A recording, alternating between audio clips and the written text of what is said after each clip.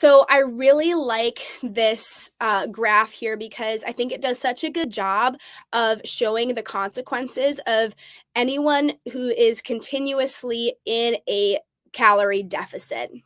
So again, there's a time and a place for a calorie deficit, but if you're in a season, that is not the time or place unless you're in a specific weight restricted sport such as wrestling or Olympic lifting, something along those lines. There's, you got to do things a little bit differently.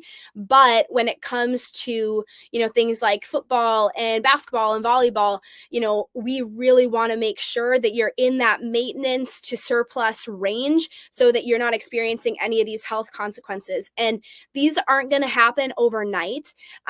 It's one of those things where it's over time. If you're say for 6 months you're continuously not getting enough for your body's demands, these are some of the consequences that you could experience. And it's going to be different from person to person. Females specifically are at a much greater risk of some of those things, just because our hormones do not like when there's a continuous caloric deficit. So we can be affected in a little bit more severe ways when it comes to like your menstrual cycle and bone density and all that stuff. So as a female, super important. But I mean, as males too, there's so much there. So if we're looking at your performance consequences alone, increased risk of injury, decreased training response, impaired judgment. That's not a good thing if you're in a sport where you need to make those really quick decisions like basketball. Decreased coordination, decreased concentration, irritability, depression, decreased muscle strength. There's so many things there that as an athlete, you really don't want to be happening.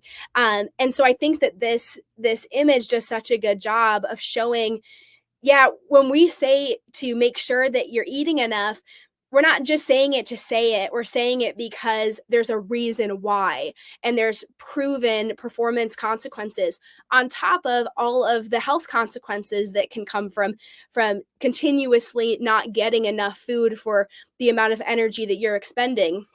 Your immune system is going to take a hit. Your hormones are going to take a hit. Your metabolism is going to take a hit.